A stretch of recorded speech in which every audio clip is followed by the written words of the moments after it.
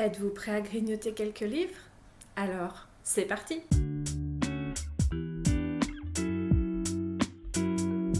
Bonjour et bienvenue à tous sur la chaîne pour une nouvelle vidéo. Vous l'aurez vu, aujourd'hui nous allons faire le bilan de toutes mes lectures du mois de mars. Alors, sur le mois de mars, j'ai pu découvrir 8 ouvrages, donc 2 graphiques, une novella et 5 romans, ce qui représente une totalité de 2700 pages lues. En parallèle de ça, j'ai effectué 4 achats et j'ai reçu 2 services de presse papier et un service de presse numérique qui du coup ne compte pas dans ma palle, sinon on ne s'en sortira jamais.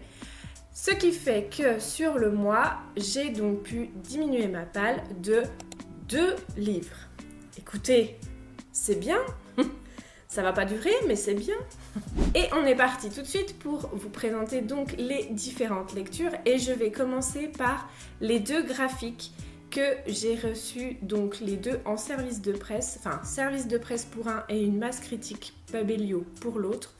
Et on commence tout de suite avec ces 2-là. Concernant la masse critique de Babelio, il s'agissait donc du Serment qui a été publié chez Glénat avec au scénario Mathieu Gabella et au dessin Michael Bourgoin. Ce graphique donc est assez sombre, c'est ce qui pour moi le définit le plus au niveau de ses planches.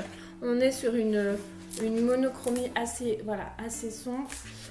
Ici, je ne vous refais pas le résumé pour tous les détails, je vous renvoie à mon journal de lecture pour que vous ayez plus de détails. Ici, c'est vraiment pour faire le résumé de ce mois. Donc, c'était un graphique très intéressant. J'ai beaucoup aimé les personnages qui nous sont présentés ainsi que le sujet qui arrive à mélanger le fantastique avec des vampires et le côté médical et le serment d'Hippocrate qui nous est présenté d'une façon différente que j'ai beaucoup apprécié, nous faisant réfléchir du coup sur le sens de ce terme de serment.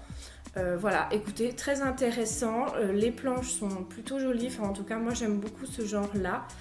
Je me rends compte que j'aime beaucoup de genres différents au niveau des graphismes sur les différents graphiques que j'ai pu découvrir cette année. Donc un graphique à découvrir. Le deuxième graphique que j'ai à vous présenter est donc c'est un service de presse que j'ai reçu des nouvelles éditions Actu SF dans leur collection Ithac. Il s'agit des 1000 verbes de Alexandre de Croze qui a donc fait et le scénario et les graphismes. C'était un graphique très surprenant, déjà de par la patte graphique qui est très particulière.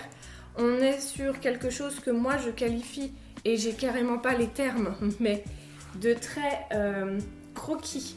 Je trouve, avec beaucoup de couleurs, des bulles qui sont de couleurs différentes pour parler des différents personnages, une construction assez particulière que j'ai beaucoup aimée qui du coup prend son sens à la fin du graphique, des personnages très très intéressants, notre personnage principal qui est extrêmement déplaisant mais on sait pourquoi, et une histoire qui tient la route, des petits détails de partout, voilà quoi, un graphique assez surprenant qui moi m'a beaucoup plu et j'espère que l'auteur nous prépare d'autres belle pépite dans ce genre-là. Je vais vous parler maintenant de la novella que j'ai reçue. Donc c'est le dernier service de presse que j'ai reçu sur le mois et qui était un service de presse numérique. Il s'agit des Perles pour les Truies de Maëve Spiral, pareil, qui est dans les nouvelles éditions Actu SF, publiées dans leur nouveau label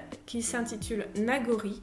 Et donc pour ceux qui ont suivi, c'est une très belle découverte pour moi. J'ai adoré la plume de l'autrice que j'ai trouvée très douce et en même temps très incisive par moments. Les personnages sont hyper intéressants, le personnage principal que l'on suit est très attachant. En très peu de pages, elle nous montre un univers qui est assez fourni, avec quand même des points psychologiques très intéressants qu'elle a le temps de développer.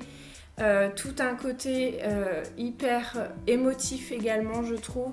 Enfin, j'ai beaucoup aimé, l'histoire était très intéressante et j'espère également que l'autrice pourra nous parler un peu plus de ces personnages, de cet univers qui a l'air vraiment très intéressant. Ensuite, je vais vous parler de la lecture que je vais qualifier de toute douce, de cocon, bonbon, enfin voilà, vous le savez déjà si vous avez suivi le journal de lecture, il s'agit de La toute petite reine de Agnès Lédic que j'ai dans les éditions Flammarion. Vous le savez, c'est pas du tout mon genre de prédilection et pourtant c'était vraiment doux, c'était vraiment bienveillant, ce qui fait que c'est quand même bien passé. Pourtant, on est basé sur une romance, mais voilà, c'est vraiment un petit bonbon à lire pour se détendre. J'y attendais rien, donc j'ai pas eu d'attente, donc forcément j'ai pas été déçue. Ça se lit très bien, il n'y a pas de souci, la plume est très très fluide. Les personnages, bon, sont pas plus attachants que ça, enfin, de mon point de vue. Il y a un petit truc qui m'a dérangé, je vous en ai parlé également dans le journal de lecture. Mais en soi, voilà, c'est un truc tout doux qui se laisse lire. Ça passe bien, donc quand on a un petit coup de blues, je pense que c'est pas mal. Ensuite, je vais vous parler du roman One Shot de fantasy française que j'ai trouvé très immersif. Il s'agit de Rocaille de Pauline Cidre dans les éditions Projet Silex. C'est un one shot donc de fantasy et j'ai beaucoup aimé La plume de Pauline Cidre que j'avais déjà découvert dans un autre de ses romans qui était Le Dieu d'automne et d'hiver, que je trouve très immersive. Elle a une plume vraiment qui nous plonge directement dans son univers dès les premières lignes. C'est ce qui est très appréciable ici, puisque l'univers quand même qui nous est décrit est un petit peu complexe. On a quand même pas mal d'informations en très peu de pages, mais je trouve que ça passe tout seul. Les personnages sont très intéressants. Je ne redévelopperai pas, mais le personnage principal qui nous est présenté comme étant le personnage principal, pour moi, est très absent sur les 2/3 du roman, et sur le dernier tiers prend un peu plus d'importance et a des réactions qui pour moi sont un peu bizarres, mais en dehors de ça j'ai trouvé ça très intéressant. Le côté magie, le côté découverte de l'univers, les autres personnages sont très attachants aussi. J'ai beaucoup aimé, c'était je pense une plume à découvrir, et que ce soit celui-ci ou un de ses autres romans, n'hésitez pas à aller voir ce que fait Pauline Cidre. Ensuite, nous allons parler de la lecture de saga jeunesse, que je continue toujours avec autant de plaisir. Donc il s'agit du Secret de l'épouvanteur, donc le tome 3 de la saga de l'épouvanteur de Joseph Delaney dans les éditions Bayard Jeunesse. Donc c'est un tome 3, vous savez que c'est une saga que je redécouvre puisque je l'avais découverte il y a quelques années mais jamais terminée. J'aime toujours autant, c'est toujours un petit moment sympa à passer, avec quelques petits moments quand même de frayeur qui sont plutôt bien faits par l'auteur. On est sur quelque chose quand même d'assez gentillet entre guillemets, c'est-à-dire que je suis pas non plus en train de flipper à mort et à pleurer et à hurler chez moi, mais il y a des petits moments quand même où on a ce petit côté horrifique, peut-être pas, mais en tout cas angoissant, qui ressort très bien et qui est très bien fait par l'auteur. Les personnages pour moi sont toujours aussi attachants. J'aime beaucoup tout ce que dégage cette saga, tout ce que l'on peut découvrir au niveau des personnages. Il y a quand même beaucoup de thèmes qui sont abordés de façon assez simple pour de la jeunesse, mais en même temps qui fait écho à beaucoup de choses même pour des adultes, que ce soit le deuil, que ce soit la solitude, le bien, le mal, où se situe la limite. Enfin voilà, c'est quelque chose que je trouve très bien écrit, très bien fait dans cette saga. Et donc du coup, je la continue toujours avec plaisir. Ensuite, je vais vous présenter le petit souffle d'air à découvrir. Donc, il s'agit, vous l'aurez compris, de La piste des cendres d'Emmanuelle Chastelière dans les éditions Folio SF. Vous savez que j'aime beaucoup Emmanuelle Chastelière, j'aime beaucoup ce que nous présente l'auteur à chaque fois. Sa plume est très très belle, j'aime beaucoup ce qu'il nous propose. Ici, vous l'aurez vu, c'est un roman qui est assez long puisqu'il fait un peu plus de 700 pages. Et pourtant, j'ai savouré chaque page de ce roman. Il y a vraiment cette différence de plume qui est très adaptative en fait au fur et à mesure de notre lecture, où on a vraiment le début où l'on prend vraiment son temps, où tout est grand, tout est dans l'environnement est immense, on est dans des plaines, collines, montagnes, on a l'impression de respirer l'air frais en même temps qu'on lit, et une cassure qui nous amène sur quelque chose de beaucoup plus dynamique à la fin. Voilà, c'était très surprenant, c'était très bon. C'est du Emmanuel Chastelière, lisez au moins un de ses romans, pas forcément celui-ci, mais lisez quand même Emmanuel Chastelière, c'est du très bon français en plus. J'ai adoré, franchement j'ai adoré. Et enfin, le dernier que j'ai à vous présenter, il s'agit de la fantaisie humoristique à l'anglaise, et vous le savez maintenant, il s'agit de Terry Pratchett avec ses Annales du Disque Monde. Donc je crois que ici c'était le tome 5, si je dis pas de bêtises. Oui, c'est ça, le tome 5 avec Sourcellerie, donc, que j'ai dans les éditions Pocket. C'est toujours aussi marrant, c'est toujours aussi bien écrit, toujours aussi bien traduit.